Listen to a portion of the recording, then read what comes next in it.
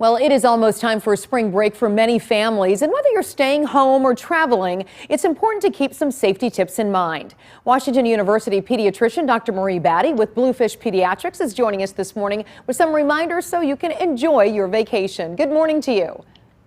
Hi, thanks for having me. Absolutely. You know, one of the first things we want to avoid, of course, is getting hurt. What are some ways we can prevent injuries? Yeah, absolutely. So we definitely want kids to stay safe on spring break. So one thing I always tell families is to make sure kids are wearing a helmet whenever they're on anything with wheels. So that could be a bicycle, a scooter, a skateboard. You want to make sure that their head is really nice and protected. And adults can really model good behavior for kids to wear their helmets. Another thing that's really near and dear to a pediatrician's heart is water safety. So usually we're talking about that in the context of a bathtub or a neighbor's pool, but on spring break, that's a hotel pool, a lake, an ocean. So making sure that one adult is really designated to be keeping a close eye on the kids when they're in water. And you can try and swim near a lifeguard too for kind of that added layer of protection. Yeah, many families may be traveling to warmer climates or even spending some more time outdoors here. What should we know when it comes to sun protection? Absolutely. So I always say that everyone in the family should be wearing a broad spectrum sunscreen with an SPF of about 15 or at least 30. That would be kind of ideal. And you really want to aim to apply it about 30 minutes before going out in the sun, so it has kind of the ability to take effect.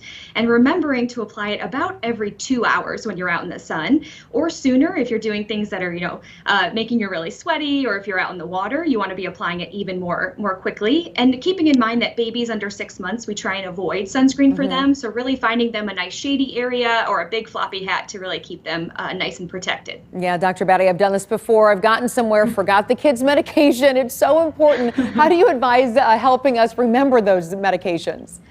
Yeah, it's difficult when your routines are upended and you're going somewhere fun and different. So you can try and set an alarm on your phone ahead of time to remind you of your medications or your kids' medications.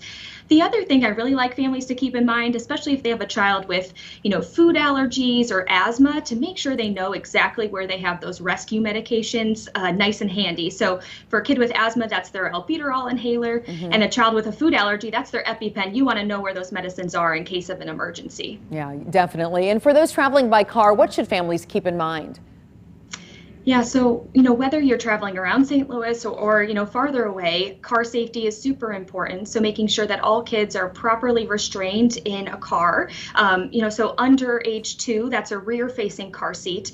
Over age 2, we tend to flip them around if they meet the kind of necessary height and weight requirements. And those are really good discussions to have with your pediatrician about sizing them into different size seats. But really, any kid under 13 should be riding in the back seat of a car. And once they've even graduated to the front seat, we want to make sure that they're always wearing their seatbelt and properly, so not tucked under their arm. And adults, again, can really model good seatbelt wearing behavior for the other kids in the car. Some great advice to keep us safe during spring break. Pediatrician Dr. Marie Batty, thank you so much for your time this morning. We appreciate it.